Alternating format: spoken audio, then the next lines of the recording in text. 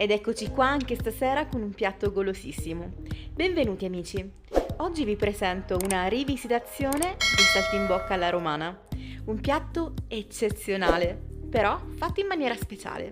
Per prepararla ci servono circa mezzo chilo di fette di pollo, un rametto di rosmarino fresco, 50 g di burro, farina quanto basta, un bicchiere di birra, 4-5 fette di speck tagliato in maniera un pochino più spessa e naturalmente un pochino di olio extravergine d'oliva e di sale.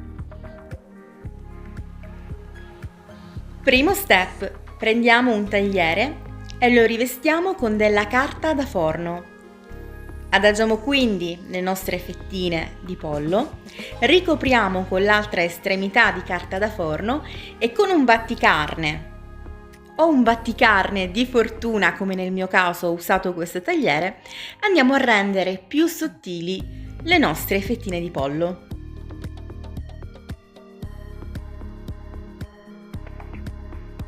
Così. Bene, adesso ci serve una forbice. Dobbiamo ottenere da queste fette dei rettangoli, precisi il più possibile. I ritagli del pollo li metto da parte. Con essi farò infatti un'altra ricetta. Per esempio, una ricetta che posso consigliarvi è straccetti di pollo. Ma poi, domani, vedrete la ricetta che farò io con questi straccetti. Non vi anticipo nulla. Bene, conserviamoli in una ciotolina, coperta con pellicola e mettiamoli in frigorifero. Prendiamo adesso un piatto. Versiamogli la farina e iniziamo ad infarinare i nostri rettangoli di pollo.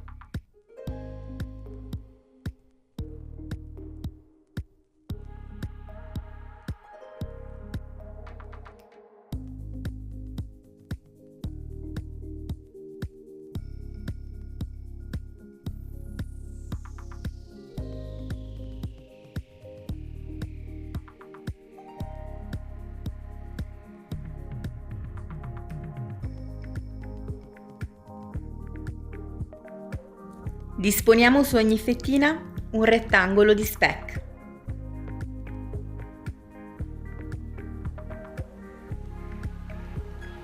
Al centro un rametto di rosmarino. O se preferite potete seguire la tradizione ed utilizzare della salvia. Con uno stuzzicadenti andiamo a infilzare lo speck e il rosmarino in senso orizzontale. In questo modo, più semplice a farsi che a dirsi. E adesso siamo pronti per andarli a cuocere. Prendo una padella capiente, mettiamo i nostri 40 g, 50 g di burro e un cucchiaio di olio extravergine d'oliva.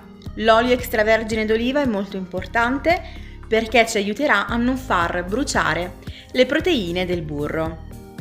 Altrimenti vi consiglio un burro anidro, che è un burro a cui è stata tolta l'acqua. O più facilmente in commercio troverete il burro chiarificato. Ma queste sono sottigliezze. Bene, e adesso dobbiamo cuocere i nostri saltimbocca per circa 3-4 minuti a fuoco medio. Li rigiriamo e facciamo cuocere per altri 3 minuti.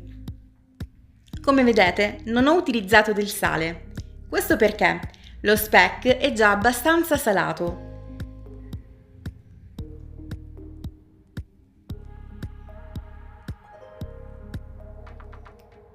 Inoltre lo speck conserva anche il pepe nero, motivo per il quale non sto andando ad aggiungerne dell'altro. Ma se mangiate particolarmente pepato, allora anche qui una bella macinata di pepe fresco ci sta. Bene, a questo punto possiamo irrorare con la nostra birra e facciamo sfumare a fuoco bello alto e vivace. Facendo roteare in questo modo la padella ci assicureremo che la cottura sarà uniforme.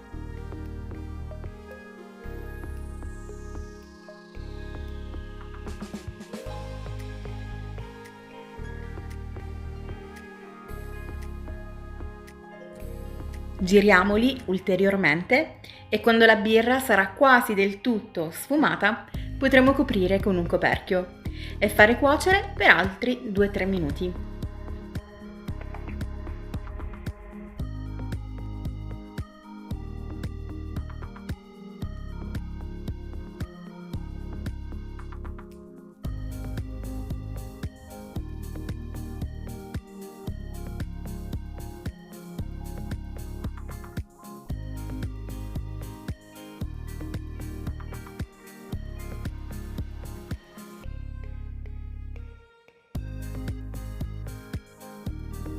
E mentre i nostri saltimbocca sono ormai cotti, guardate, mi è venuta l'idea di affettare delle patate in senso orizzontale e di creare delle chips di patate croccanti e super golose che potranno accompagnare il piatto. Che ne pensate? Vi piace come idea? E voilà, il nostro vassoio con saltimbocca alla romana rivisitati sono pronti e le chips di patata faranno sicuramente felici i vostri bimbi. Io vi ringrazio per aver guardato questo video. Se vi va di sostenere il mio canale, lasciate un like e condividete questa ricetta con gli amici. Vi mando un bacione e intanto vi lascio anche le immagini degli ultimi video che ho già postato sul mio canale e di cui già trovate il video e la ricetta nella sezione video o playlist del mio canale. Un bacio, buona serata e ci vediamo presto. Alla prossima. Ciao!